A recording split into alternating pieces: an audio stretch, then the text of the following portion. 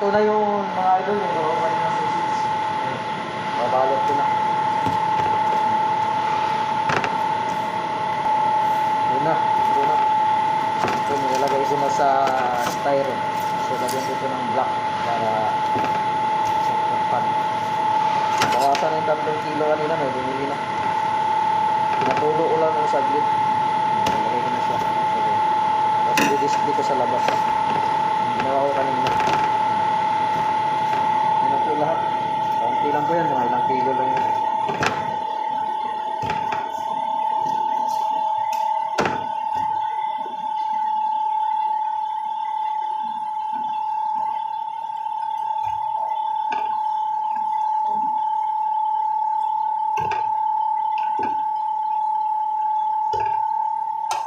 Display ko natin siya sa labas. Sa labas na yung ginawa ko.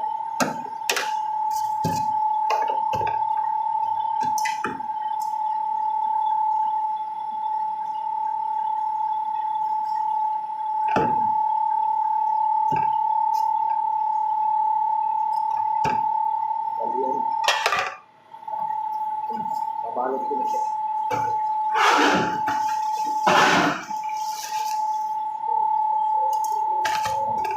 So, lagyan ko na ang fries.